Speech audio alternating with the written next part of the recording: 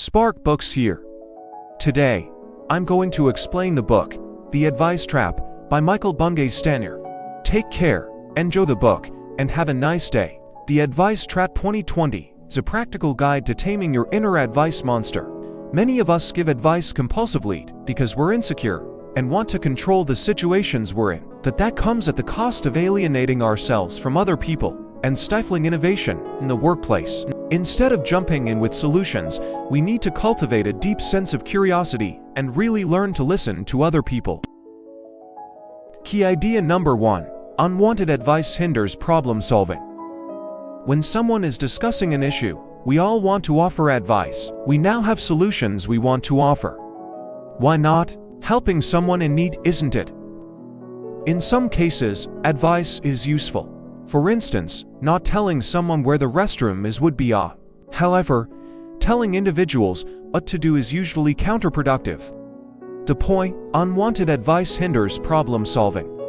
Let's investigate. We're so eager to solve people's issues that we don't listen. Getting to the point can take time. If we give counsel before listening to their concerns, we may give the wrong advice. Even if we get things right, we usually give subpar advice. Most of us don't listen closely enough to learn. We solve problems with minimal knowledge and assumptions. In our quest for a quick remedy, we stick onto the initial idea instead of trying a few and finding the greatest one. Compulsive advice giving harms us. It's exhausting to fix the world and do everyone else's work. As a corporate leader, focusing on other people's issues prevents you from seeing the broader picture. Unsolicited advice is likewise annoying. It can make you feel that no one trusts you to make decisions or solve problems. Advice givers are their own worst enemies. Underestimating others stifles innovation and exhausts us. We must confront our advice monsters to interrupt the loop. Key idea number 2. We all have an advice monster. Control it. Your advice monster whispers in your ear that you know all the answers. Your advice monster rose when you were worried and sought more control. Monsters usually have 3 forms. Till it begins. This monster convinces you that being the leader and having all the answers is the only way to offer value. It enjoys taking center stage and yelling why its perspective is the best. It's time to tame our internal advice monster. Save it advice monsters are second. Subdued. This persona is tougher to spot. Save it types don't preach, but they're sure they have all the answers. They also believe they are morally obligated to save the situation since only they can. Finally, the control it advice monster is the most manipulative. This monster wants you to control everything or risk chaos. It teaches you that others are untrustworthy, so you must fearlessly run the ship alone or else. These advice monsters could limit our life. They keep us from opening up to others and new perspectives. By making us think we're superheroes, they give us too much duty. How do we eliminate these monsters? They're part of our personality, so we can't. They evolved to assist humans handle tough emotions. Eliminating them would deny crucial elements of ourselves. We can tame them and turn them into allies. We need to know them first. Key idea number 3. Stress might cause advice monsters.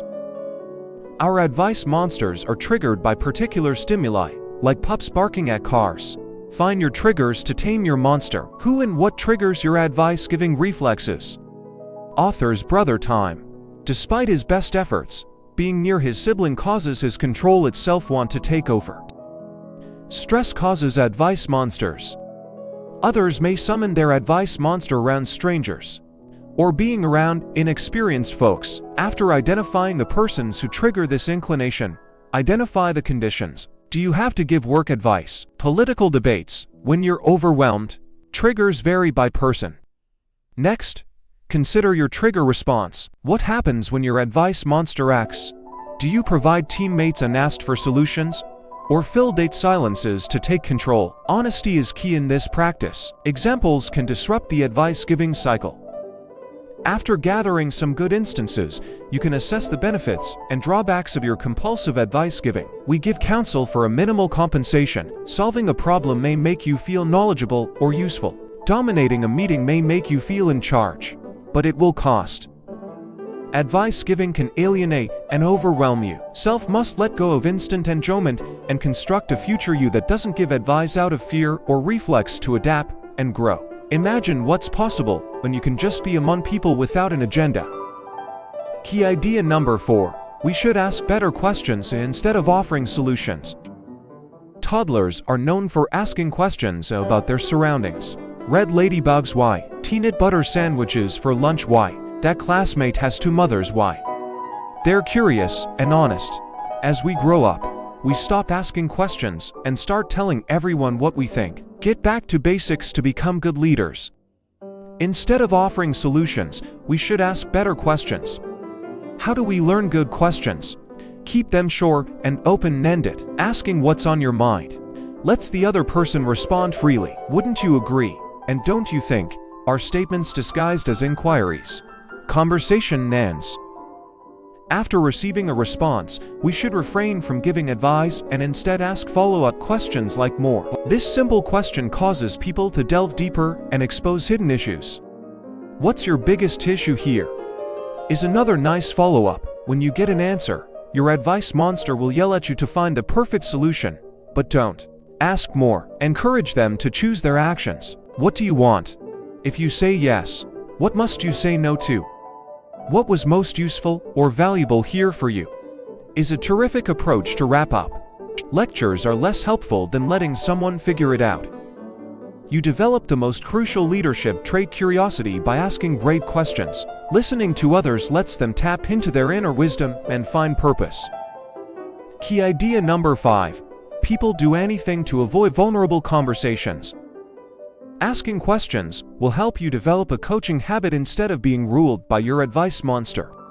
Despite your best attempts, you may get locked in a pointless conversation. Despite asking the appropriate questions, you can't solve the problem. It's likely a foggy fear. Foggy fears are verbal traps that obscure the truth, like fog. The good news is that spotting them early lets you blow them away. People will do anything to avoid vulnerable conversations. Because no one wants to be exposed, conversations can stay shallow, so you choose a safe, easy topic. Your coach may be unintentionally deflecting your attention. For instance, they chat about an irritant whole session. If you're not cautious, you'll overlook that you've been fully diverted into coaching the ghost, analyzing someone who's not even in the room. If so, calmly inquire, why does this matter to you? Popcorning occurs when someone enters a session with a long list of unconnected issues, leaving you both confused. Ask them which challenge is most significant and start there. Big picturing and abstract discussion are further distractions. Or yarning, telling long, pointless stories. As much as we like stories and theoretical discussions, they distract from genuine, sensitive work. As a coach, gently point that out and ask another concentrating question. Foggy fears avoid difficult, vulnerable conversations. Asking probing questions lets individuals discover their own blocks and advance the discourse. The next blink will explain. Key idea number 6. Safe conversations transform. Humans continuously scan the horizon for threats. Survival mechanisms activate when we sense danger. In difficult or uncomfortable conversations, the brain activates various survival modes. Thus, we either fight or freeze mode. These aren't the reactions you want when having a difficult conversation.